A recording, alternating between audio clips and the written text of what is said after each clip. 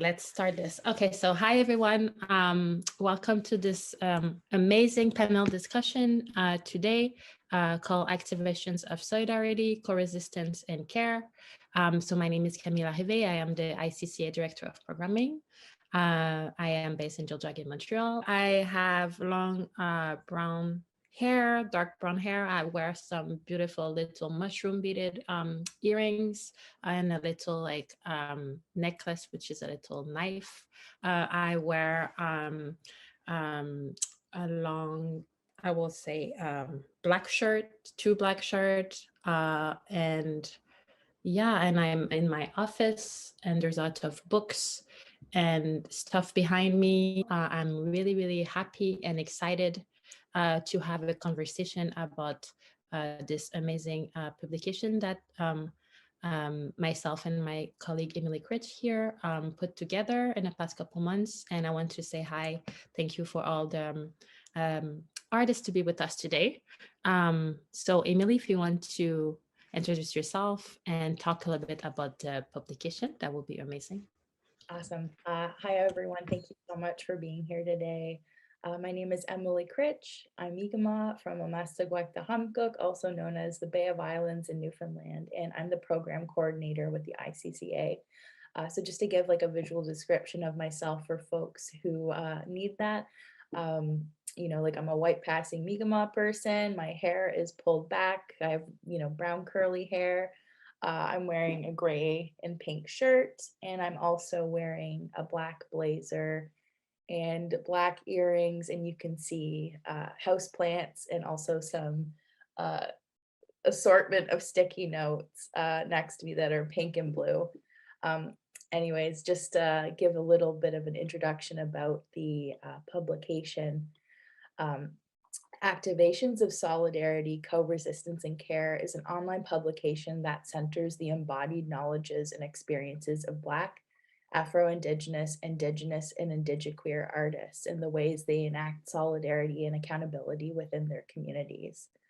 And just to kind of give a bit of a reference to where the title for this collection of artworks comes from, it's inspired by the conversation between Robin Maynard and Leanne Simpson, published in Until We Are Free, Reflections on Black Lives Matter in Canada. This book here, it's incredible. There's lots of sticky notes as well. But in this in the conversation that they had in this book, moderated by Yaz M. Morgan, Maynard and Simpson reflect on the future of Black and Indigenous sovereignties and self-determination, and how this is grounded in co-resistance and solidarity with one another.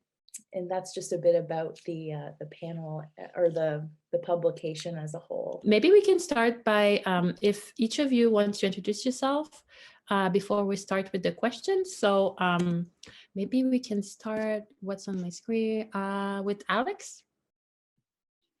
Yeah, for sure. Scano, everybody. My name is Alex Jacobs Bloom. My pronouns are she, her. I'm Lower Cayuga Nation of Six Nations of the Grand River Territory, Wolf Clan, and mixed European. I'm based in what is now known as Hamilton, Ontario, but the ancestral homelands of the Mississaugas of the Credit First Nation and traditional territory of the Omohomwe. And we're also on Treaty 3 Between the Lakes Purchased Land. I'm a visual artist and emerging curator, and my work centers love, healing, community, indigeneity. I'm a light-skinned person with dark brown hair that's about just below shoulder length. I'm wearing red lipstick and a checkered shirt. I'm wearing deer antler earrings and gold necklaces. And I have a large framed photograph behind me, and it's just really great to meet everybody, and I'm really grateful to be here and be a part of this publication. So Nyawe. Awesome. Taryn, do you want to go? Yeah, hi, I'm Taryn Walker. My pronouns are she, they. I'm a queer, mixed Indigenous person. I have both Salish and the Klapma ancestry, as well as mixed European. I'm currently tuning in from Treaty 6 territory. My art focuses on themes of tenderness, healing, utopia, and the supernatural. And I have dark brown hair, bangs, long braid. I'm currently wearing a black shirt. I have light skin, and I'm wearing clear glasses and clear earrings. I'm currently in my office. So there's a futon behind me, some dragonflies, a strange plexiglass thing. Yeah, that's me. Amazing. What about you, Kira? Hi, everybody. My name is Kira Bolt, and I am a light-skinned Black biracial woman with a perfectly symmetrical face. If there's one thing I'd like for you to take away from that description, I have brown curly hair that goes to my shoulders, and I am in a green Adidas tracksuit, yes, from the Ivy Park drop, and I have accessorized it with a gold belt. And I am currently sitting in my workplace's fabulous research center. So behind me, I'm in a all wood room, and behind me are some books and periodicals. And I work at V-Tape. On a side note, if you wanted to also have access to this fabulous space that I'm in. And I am based in Hamilton, but currently I am in Toronto, which is part of the treaty lands and territory of the Mississauga of the Credit First Nation and the ancestral lands of the Anishinaabe, Haudenosaunee, and Wendat peoples. And what else are we supposed to say about ourselves? I'm Kira. I work mostly in performance art. Thanks to getting older in a pandemic, my work now is more video based, and I work usually as a persona named Kiki, who appears in our work, and I'm interested in discussing or addressing issues of gentrification and artists' roles in displacement and institutions while using humor. Thank you. Thank you so much. And finally, we have Carmela. Hi everyone. My name is Carmela Benedito de Barros. My pronouns are they, them. My people come from Brazil and came back to Africa through the transatlantic slave trade on my mom's side.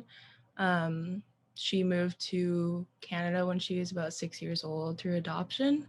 And on my dad's side, we're Treaty 6 Mississauga Cree.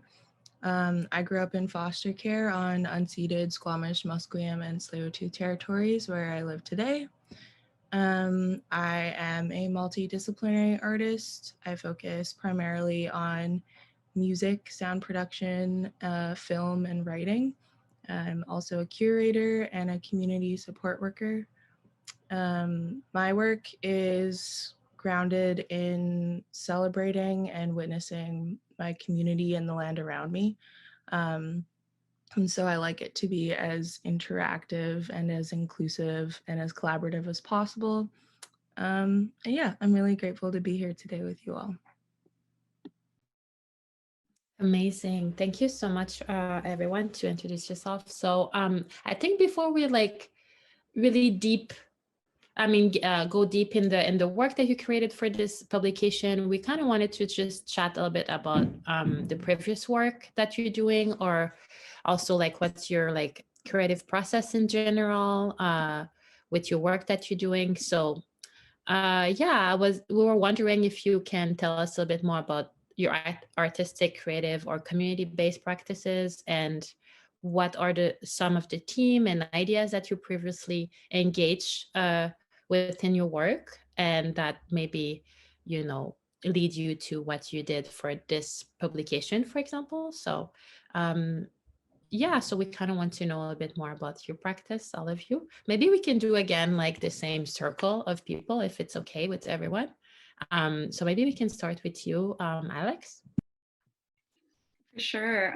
Yeah, for me, just having grown up outside of my community of Six Nations and within an urban space, my practice has been about returning home. I'm a primarily photo-based artist, getting more into video, but anyways, it's really allowed me the opportunity to confront difficult themes and familial experiences, but also the space to understand myself and reclaim indigeneity and learn about my responsibility and healing as well. But building meaningful connections and relationships with community has also been a big part of my practice and a component of that returning home.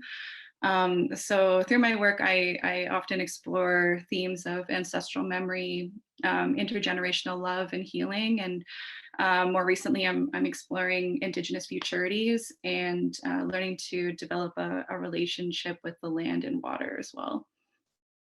Great, thank you for sharing. What about you, Taryn? Oh my gosh, I'm like, where do I start? My practice is, I guess, very much interdisciplinary. I work with like tech-based art, like video, sound, but also I think at the heart of my practice is just drawing. But lately, over the last few years, I've been primarily working with site-specific installation. Some of my most recent projects include working with the CNN Roundhouse in Esquimalt on Vancouver Island to create work for that space. I've also just recently did installation in Churchill Square in Edmonton, creating an installation for that outdoor space. So I think I very much consider kind of physical landscape within my work, as well as like visual iconography. My practice primarily consists of, at the moment, beeswax preserved drawing presented in different installation formats. The themes that I work with, I guess, primarily are kind of stem from like the overarching theme of identity, but within that, I explore themes of like tenderness, healing, love, queerness, kind of super ideas of like the supernatural, kind of spiritual, as well as more like futurism and like utopic futures, hopeful futures. Yeah, I think that's it. Amazing. I like hopeful future. It's really interesting. Thank you. What about you, Kira? Yes. So my practice is mostly performance-based. I work with a persona named Kiki, who I created when I was very young in high school. Initially, the persona wasn't for art. It was more like a possibility model. And I think, yeah, anyways. And a lot of my work is kind of about Hamilton, where is like the city that created my persona. And I'm interested in looking at, of course, like post-industrial cities and gentrification and art washing. Also the messiness in being biracial, Black biracial, and the messiness being the access that I have based on how I pass enough, and how that messiness creates entry points into snitching on the institution, but also the complexities of being welcomed in the institution. And I think that's mostly it, but most of my work starts with my muse Hamilton. Which we will talk a bit later, your piece that you did with Alex about, Hamilton and all of this. That really looking forward to hear more about it. And what about you, Carmela? Yeah, so I guess filmmaking is primarily what I've been interested in for the past couple of years. So the film that I made for this project was my third film. And yeah, I've been really having a lot of fun with a more like do-it-yourself style filmmaking, where everything from storyboarding to filming and cinematography, editing, soundscaping, music, post-production, all that, like I've been having a lot of fun just playing around with it myself or with maybe one or two other people. And yeah, so for this project, I decided that I wanted to, I guess, kind of explore the topic of being a Black Indigenous person, because for me, that's something that I'm thinking about all the time, whether it's like barriers to community, to cultural connection, accessibility to culture, I guess like the lateral violence that can be experienced as a Black Indigenous person. These are all things that I've been thinking about a lot recently, I guess, as the BLM movement kind of took a rise, and so did the land back movement almost at the same time. It's felt almost like we're in competition a lot of the time, especially like showing up on the front lines, and it feeling like we're there for one specific cause, and one specific people. Being a Black Indigenous person can feel like very complicated and compromising a lot of time in community. So that was something that I wanted to explore through film, because it's really hard to talk about, and there's not a lot of people who I have to talk about it with. But two people who really inspire my thinking on the topic are Amber Starks and Cheyenne Wizard Jones. They're two mixed Black Indigenous people who I really look up to.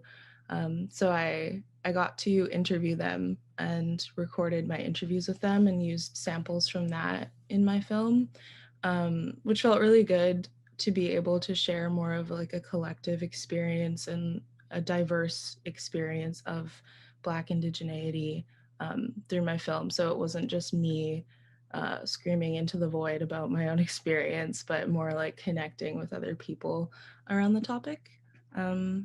Yeah, so I in putting together my piece, it was really grounded in those interviews and kind of building off of that, building a story. And the way that I make films is very collage-like, so I focus like equally on sound as I do on visuals.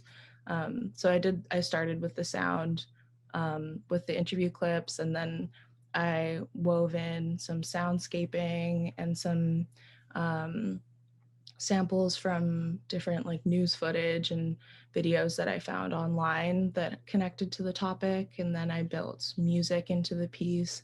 And then I layered in film as kind of like a finishing touch. So it was a really like fun and cathartic, also heavy experience to make the film. But it was really cool because I learned a lot through connecting with other people over the topic and learning to like articulate my own understanding of my own experience. So I was really grateful for the opportunity to even make the film. So thank you. Thank you so much, Carmela. What we wanted to talk about next was getting into more specifically about each of the works within this online publication. And just wondering if each of you could share about the creative processes that led you to this work, or anything else you'd like to share specifically about the creation. So yeah, let's start with you, Alex and Kira. Yeah, for sure. Well, Kira and I have been besties for like 13 years. We met in public high school in Hamilton, and I think having grown up in a predominantly white neighborhood in the suburbs, we encountered similar experiences just being mixed race. And well, we initially connected over our deep, deep, deep love for Britney Spears. We both had like similar desires to be artists, and I feel like we've grown so much and learned a lot from each other and within our own communities as well. And I think that bond, really connected us. So we have collaborated on the past on these themes. But for this project, we for like a long time have been reflecting on our collective past. And one moment in particular that we just couldn't fully articulate at the time, which was the Grand River land dispute in 2006 at the Douglas Creek Estates, but what is now known as 1492 Landback Lane. And I was 15 at the time, and I just remember seeing these images in the media where land protectors were being portrayed as like these savages for protecting our traditional territory. And I just felt that there was a complete lack of education around this moment because the media was so one-sided, and it was literally happening just 25 minutes away from Hamilton. So we wanted to kind of touch upon this in the piece, but because we felt that it aligns with the gentrification and the violence that's happening within Hamilton, where racialized and marginalized folks are being pushed out of the city for white communities. So to kind of counteract that footage from the Douglas Creek Estates in 2006, you can kind of see at the beginning and end of the piece, we wanted to incorporate powerful voices like Schuyler Williams, who has been at the forefront of the land back movement on Six Nations, and Beverly Jacobs, who actually is my second cousin and a lawyer on Six Nations. And we just really wanted their voices to be centered. Kira, do you want to add anything? Of course. 13 years. We should change that number so we seem younger.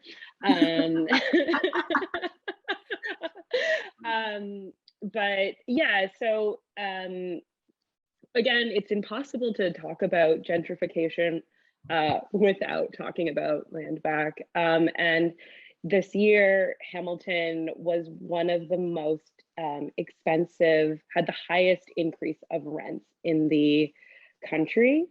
And I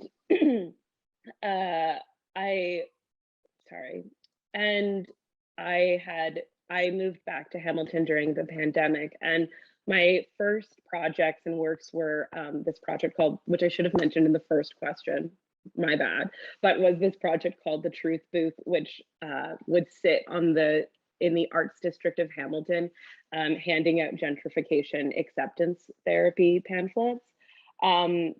And it felt like an interesting time to come back to a city that now is in a place where the gentrification in the city is so Hamilton's in a scary place. Hamilton's in a scary place, in an interesting place. And in current discussions that city council is facing is talking about this notion of urban sprawl. And urban sprawl directly affects farmlands, but it also, again, incentivizes those types of developments, which not coincidentally occurred again with Landback Lane. And and the pieces of the project that I enjoy the most are the reappropriating the economic development ads that you hear over these videos. And these economic development ads are constantly reappropriated with this promise of what Hamilton was supposed to always be, which was this ambitious city.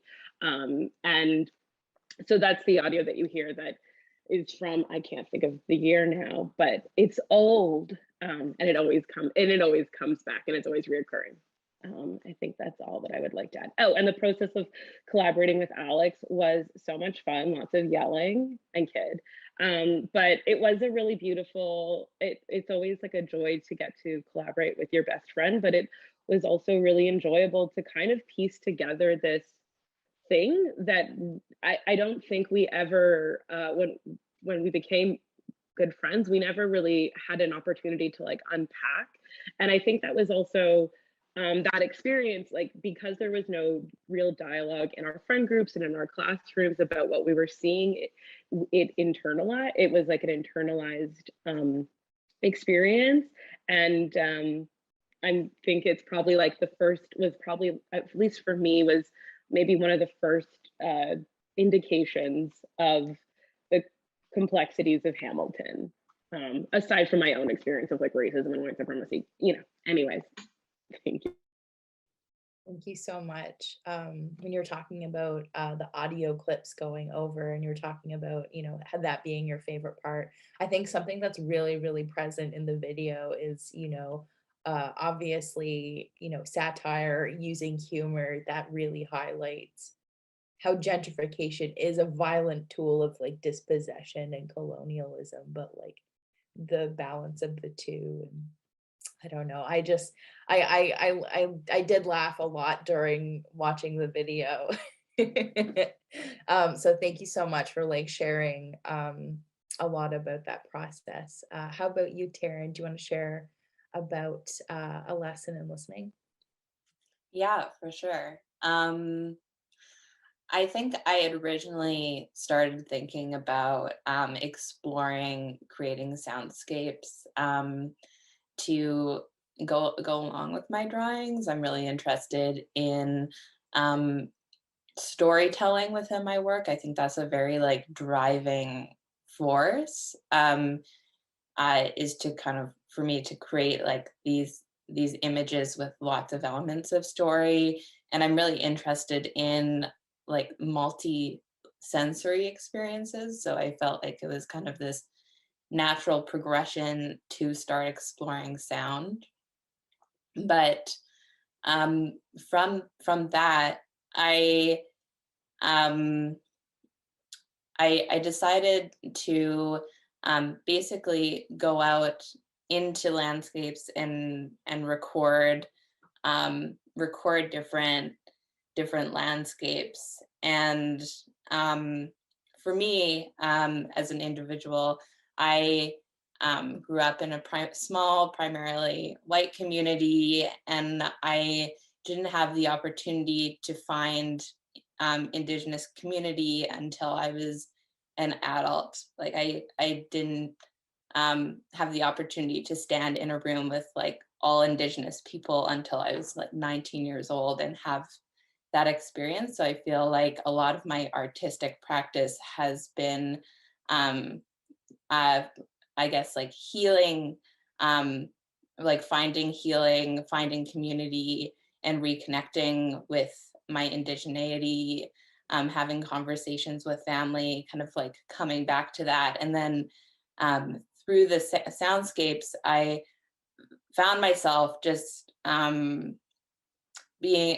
wanting to just, I guess, come back to the land and just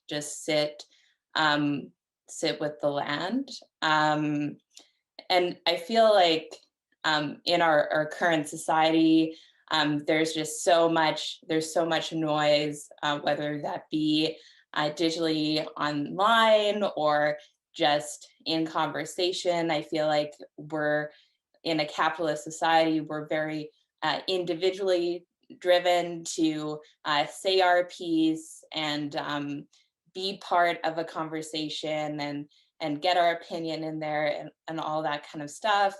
But there isn't that much value placed on listening and sitting and just actively listening without in your head, like formulating your opinion or thinking about what you're going to say next, and just like really truly just like sitting people and giving them space to say their story and say what they're feeling, and also listening to the land in a similar way, to just sit and listen, like what does the land have to say, what does the land need. And I really feel like if you take the time to slow down and to listen, that the answers are really there. And so I found, I think I wasn't expecting, for myself at least, this process of sitting in different landscapes in different locations, and just listening to the wind and listening to the water and the birds and the insects was incredibly emotional experience for me. I actually ended up collaborating with my dad a little bit on this project, which was very special. He was super excited about it and was like, oh, I know like this great place by the Jordan River, we need to go and create and record there, which was very meaningful and special for me to have him kind of give his input on the project. But when we did that, we had to hike through like this cut block, and we're like, oh my God, is the logging going to pick up in the audio? Like, which I think is just like, was an interesting kind of juxtaposition for me, because then, you know, from that, like we had conversations about like how the land was traditionally used and impacts of logging in the area. Like it was when there was so much smoke just like across the country, and they were like still logging in this area that we're hiking to, and you could physically like feel as you exited the forest and walked through the cut block, like the difference in temperature, and it just like the impacts were just like of logging and of human impact just felt so visceral. And then to go into this kind of this like river area that was like traditionally used for as a gathering place, as a place to go fishing, and to like spend time with community, was just so like peaceful and quiet. But like knowing on the other side of the ridge there was logging happening, I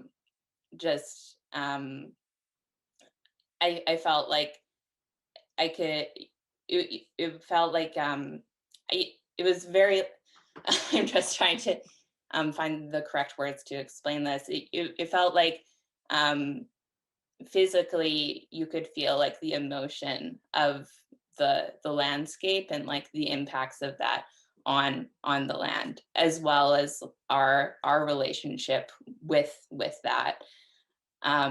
So I think for me, it just, this project felt incredibly special, incredibly timely, and it has also just made an impact on me individually in terms of like my practices around listening and slowing down and really just being present in my body and in space, I guess. And then in kind of pairing with the audio I created, I also included 5 beeswax preserved drawings, and I kind of look at beeswax as this act of preservation, thinking about like how art will kind of live on for future generations, how story has resilience and will live on. And the imagery for me was just very, very much inspired and derived from my experiences just being with the land and making these recordings. Thank you so much for sharing this, Taryn. And how about you, Carmela? Did you want to speak more about your project? One thing that came up with me, like if you already talked about the project, but even if you wanted to just expand on, I'm really drawn to how you use sound in this work. Sound is a malleable form. Sound is something that in a lot of ways kind of captures things that don't come with words, or like sound is, I just wanted to hear more thoughts about that, or anything else you'd like to share about your piece. Yeah, thank you. I think first I just want to say how exciting and cool it is to hear about everyone else's process in making their films or their pieces. I'm noticing like lots of themes come up throughout all of our work that really like connects them all together. So it's really cool to just be a part of that.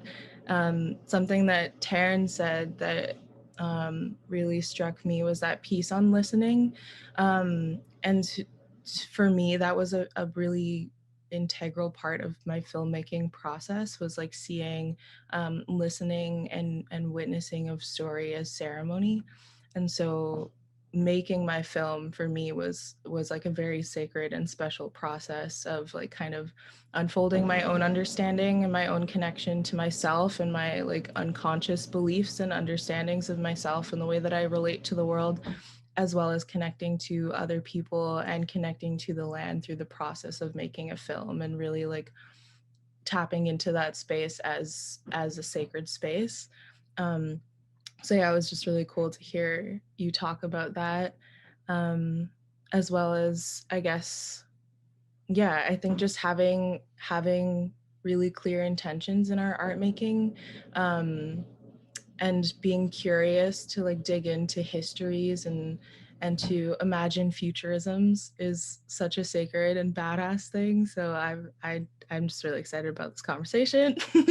But yeah, sound for me is kind of like where all of my art seems to start in terms of filmmaking. I think I'm most interested in sound, and the visual component is kind of like little sprinkles on top almost. So I do start with sound, and it comes from, I think, yeah, I'm always listening, and soundscaping is an art form that I'm really interested in. Similar to Taryn, I think for me it's very like healing to just sit and listen to the land and people and the sounds around me, and I learn a lot from that. And I just learned recently that soundscaping was an art form, so I was like, okay, let's go, let's do this. So over the past couple of years, I've just been like popping my iPhone out and recording like random bits of sound as I go about my day. So I have this huge library that I can draw from anytime that I'm working on a project. So that's where like a lot of the sound for this film came from, as well as like, again, I think I mentioned before, like intentionally sampling audio from various like documentaries or speeches or news forums online. And then again, like really centering my work in honoring the words of the two aunties that I got to interview for my piece. Amazing. Yeah, I think there's a lot of team that are coming, together in all your work. I think the similarities that you were just naming, Carmela, are really strong. So when Emily and I were thinking about this project and, the 2021 like programming team for ICCA is solidarity. And it's really something that we ask each of you to think about through, the process of making this new piece. But I think there's like this like really strong aspect of collaboration in each of your piece, and caring for the land, caring for communities, kinship, all of this. So our next question is really around the word solidarity. So what it means to you, and Is being in solidarity an action you consider within your artistic practice? And if so, in what ways? It's a really big question. So, feel free to take the time to respond in the way that you want. But yeah, I was also wondering for you, Alex and Kira, the way that you collaborate together and yeah, what's really means solidarity to you, to yourself, but also working together. Do you want to start, Alex? Or would you like me to? Being in solidarity with Alex is talking first. I kid. But yeah, I think, well, again, solidarity, I think because of being biracial and passing enough, I feel like I learned I think the way that I came to identify was first as being an ally or in solidarity, and also the position I take, even though I identify as Black, is understanding that my position is like an ally because of my privilege. And I think solidarity, or learning about solidarity, or the experience of solidarity for me has come from not having, growing up with not having a Black community. So being in collaboration or in relationships with other folks that share a marginalized experience. And like Alex and I, we kind of only had each other, and we didn't only have each other, not to tiny violin, but when it came to coming to age and growing up as artists, our relationship was kind of, I don't exactly understand what's happening, but I know that it feels wrong. And those small exchanges of glances that are that's not right, is how I would say solidarity initially manifested in our friendship. And now it manifests in us collaborating and works together, and kind of understanding how our positions and experiences together can kind of create a fuller picture, is what I would say about being in solidarity. Yeah, I want to echo what Kira was saying. I think the work really is a testament to mine and Kira's relationship and our experience just having grown up in Hamilton. And we kind of learned what solidarity was, kind of what Kira was saying, just by force, because of our experiences growing up as mixed racialized folks in predominantly white neighborhoods, and growing up in white centric homes. So I think we learned just a lot from each other, and we really developed a love that is radical, and it feels like family. And I've had such an amazing opportunity to get to know other folks within Hamilton that have had similar experiences, and where we kind of share kinships there as well. But for me, solidarity, I'm a white presenting mixed person, and I just know and understand my responsibility to unlearn and spend time and listen to community, and really show up and be accountable. And I carry privilege and biases that are rooted in colonialism and white supremacy. So I'm just constantly trying to challenge myself, do research, and to sit and be uncomfortable. And in my work, I really try to center and support community, and I always try to lead with love and care with everybody that I work with. And so I really truly understand that my proximity to whiteness, and how I can easily navigate institutions. And I have worked within institutions in the past. So I always try to advocate for education, for research, consultation with communities is so important.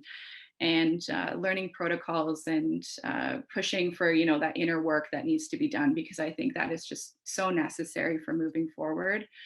And I'm always trying to, you know, keep in mind like the future generations that are to come. And I really just like hope and pray that they have different experiences. So I always try to uplift youth, and they're going to be our next leaders. So that's been a big focus of mine. Amazing. Thank you for sharing. I really appreciate like learning also about like your really special relationship. It's really beautiful. It's amazing. I was thinking, Taryn, in terms of like, you know, how your piece is so like entangled in radical love for the land, and how there's like this strong relationship that you like put together in this piece. And I think as I see it, it's like really rooted in solidarity in different ways. So yeah, I was wondering if you want to talk a bit more about solidarity in your piece. Yeah, for sure. I feel like solidarity for me, it's really about holding space for individuals or beings, not necessarily human beings, but animals, plants, the land, earth, to feel safe and to feel loved and to feel heard. And I think to do that, we have to really, as I was mentioning before, really kind of sit back and give space for beings to feel that and feel like genuinely listen to, and as I kind of talked about before, just practicing this radical love, this active listening, and really showing up and being present, and listening, as well as kind of in this process uplifting the beings that we are listening to, and being like, you're safe, I love you, I hear you, and really truly meaning that. And I think to do that, we have to, like for me, this process has involved like a lot of unlearning, as Alex and Kira kind of touched on, kind of unlearning these systems of white supremacy, these systems of colonialism, these systems of capitalism, that have been kind of taught to us, and kind of doing that inner work on that healing process in order to kind of show up to the best of our ability to kind of offer that to land, to beings that are around us, and to communities, and knowing, I think, also like feeling uncomfortable and feeling kind of messy in this process, because I don't think it is inherently easy to do this, but to do it anyway, and do our best anyway, to kind of show up in this way, and in this way of listening. Yeah, I'm not sure if I answered that well, but yeah, and also I think for me it's about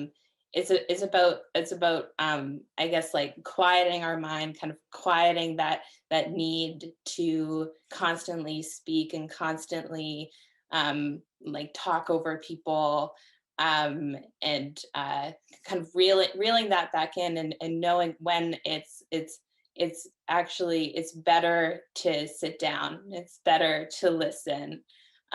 It's better to hold this space, hold this space for others in this way. And in doing that, you're not necessarily doing nothing or being passive. You're actually being kind of an active and loving participant in these acts of solidarity. Amazing. Thank you, Taryn. No, your answer was amazing. No worries here. So there's like this act of like, you know, listening that you were mentioning, Taryn, that it's also really present, I think, in your piece, Carmela. Also this like collective ceremony that you're talking about, and the relationship that you present and that it really like that you care about with Amber and Cheyenne. So I was wondering if you can talk about it through act of solidarities, I think, that are really present through that way in your piece. Yeah, thank you. Yeah, I guess this is a big topic, and I have a lot of thoughts on it, so I'll try to be as clear as possible. But yeah, I think solidarity to me, as everyone has kind of shared, it exists and like shows up in all parts of our lives. Like I think racial and cultural solidarity is one of the most obvious places that it comes up for me, but as well as like I think all of my experiences and experiences that I witness, I have or try to build solidarity for and with. So whether it's like being a queer person, having solidarity with queer community, and or having experienced houselessness and poverty, mental illness, like being in foster care, all of these things, like the liberation and sovereignty and autonomy and freedom that I think every person strives for and desires for, I think can show up in different ways or like requires different means to get there. And so for me, solidarity is like understanding like what I need to be free, and then being curious and open to hearing what everyone else needs, and then thinking of ways to like actively get ourselves there together. Yeah, and so in my piece, I thought it was really important for me to not only be like sharing my own perspective and own thoughts on being a Black Indigenous person, because if I did do that, I would be kind of, I guess like it would, I would have felt like I was kind of speaking against my own politics that I guess are grounded in wanting to like honor and uplift as many voices and perspectives as possible, understanding that like solidarity can't happen as only one person. It's not like an insular thing. So yeah, when I was talking with Amber and Cheyenne, I was listening and learning a lot through relating to them and to their experiences, and also through understanding that like we also have very different experiences, and that like being a Black Indigenous person means an endless amount of things. And so in my piece, I was trying to articulate that it isn't just one thing, but at the core of it all is this like foundational and like fundamental need to like decolonize and eradicate white supremacy, and that there's this like foundational sense of autonomy and freedom and self that exists for all of us, that I think we could benefit from focusing on more, to move forward in all of our movements for freedom and liberation. And yeah, when I think about solidarity, and when I think about what that means, because it can often be very overwhelming because so many people need so many different things. I think what it comes down to for me is empathy building. Like, we can't experience true solidarity with anyone if we don't understand that like feeling experience that they have. And so that was like a big focus for my film as well, was like wanting to like evoke some sort of like feeling experience for anyone witnessing the piece. So rather than just trying to like tell you what it's like to be me, I tried to use sound, and I tried to use visuals, and I tried to practice storytelling in a way that could help someone feel a little bit of what it feels like to be me, and what it feels like to witness my community experiencing what we experience. And I kind of believe that without that empathy and without that like understanding of feeling that so many people are really scared of, because like being a Black person, being an Indigenous person, being a queer person can be really scary and uncomfortable and unpleasant a lot of the time. So I get that people don't want to like feel that. But without that feeling, I don't think that solidarity is really possible. So I think art is a really cool way to help people tap into that feeling and understanding, to like inspire the work that it takes to really be in solidarity.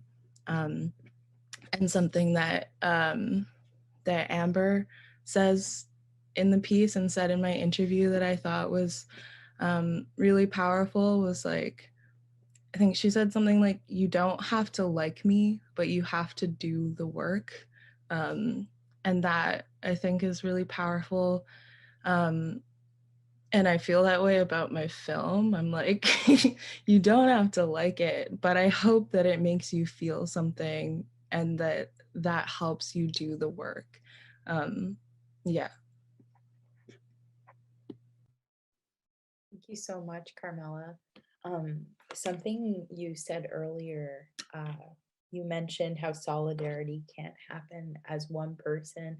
And I think that really ties into the next question I'm going to ask everyone.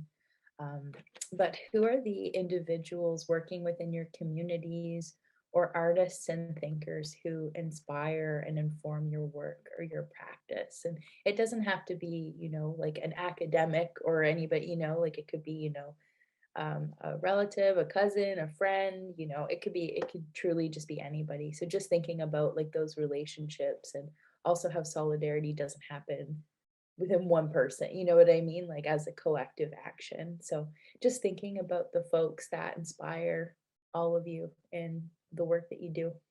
How about you, Alex or Kira?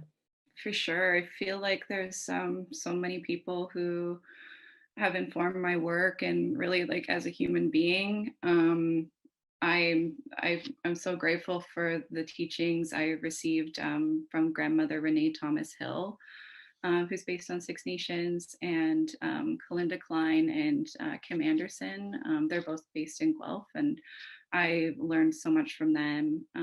Shelley Nero really inspires my artistic practice. And I've learned so much from Ashley Miracle, Yuma Hester, Sally Frater, Danielle Busno, and Abadar Kamgari, and so many different aspects of my life and my practice. And I've been engaged in a long-time mentorship with Anne Brascoop, who has taught me just so many incredible leadership skills with an Indigenous focus, and how to be like assertive within institutions.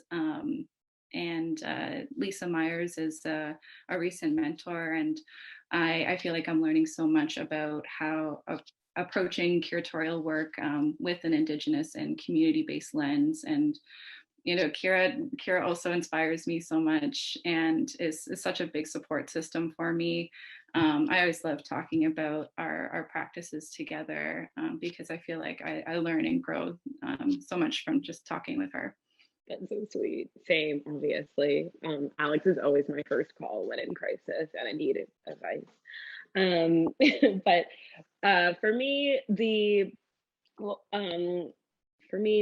artists and thinkers who inform my practice, my performance persona is heavily influenced by Camille Turner, who is originally from Hamilton, who similarly had a similar kind of persona, Miss Canadiana. So her that work has heavily influenced Kiki.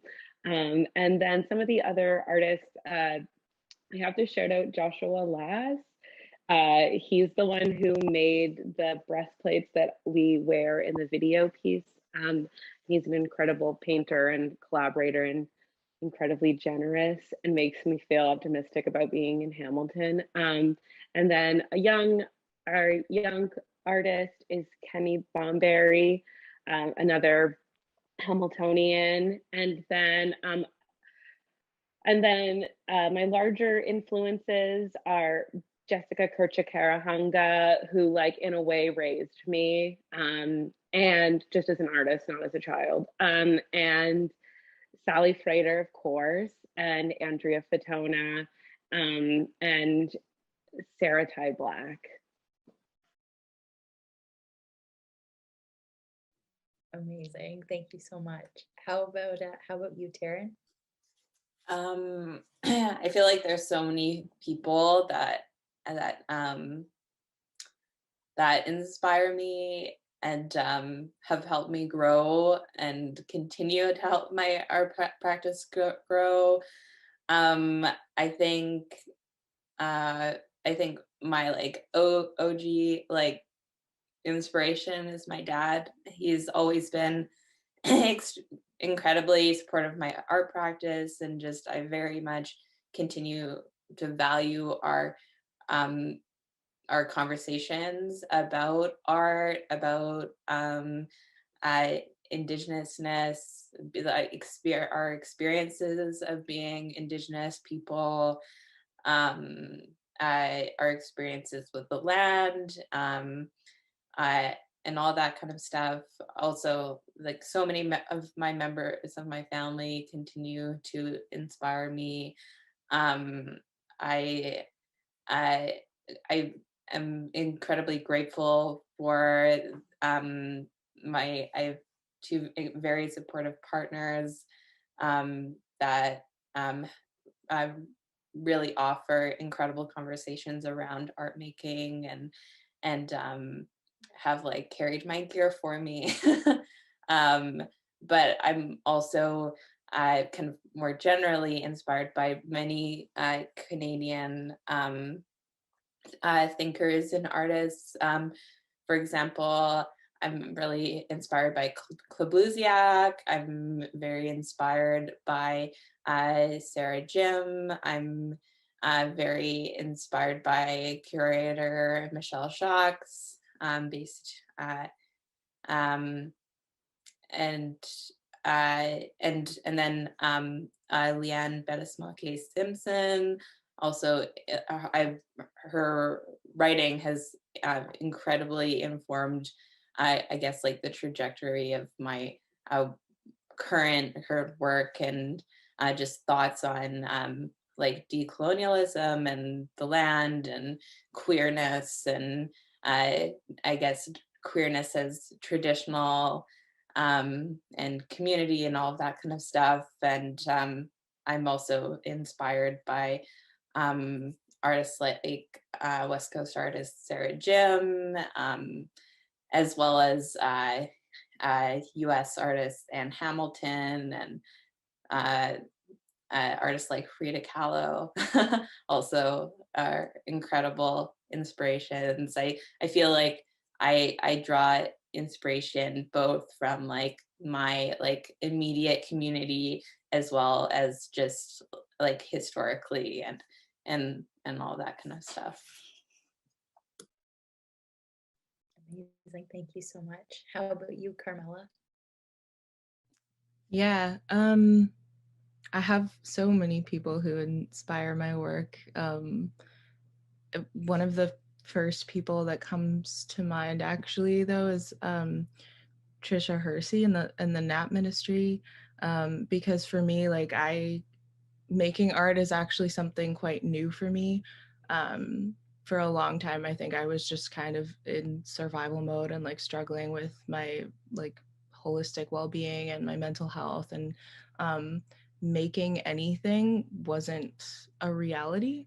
And so until I started really like focusing on like caring for myself and resting and like understanding that colonization and white supremacy and capitalism like all hurt our spirits so much to the point of like not even being able to create or imagine futures for ourselves, that was like a really big understanding for me. And yeah, Trisha Hersey in the NAP ministry, as well as Adrienne Marie Brown, like those thinkers really helped me understand, I guess, like the importance of self-care and of like rest, and that is like at the foundation of like any futurism or creation or liberation movement.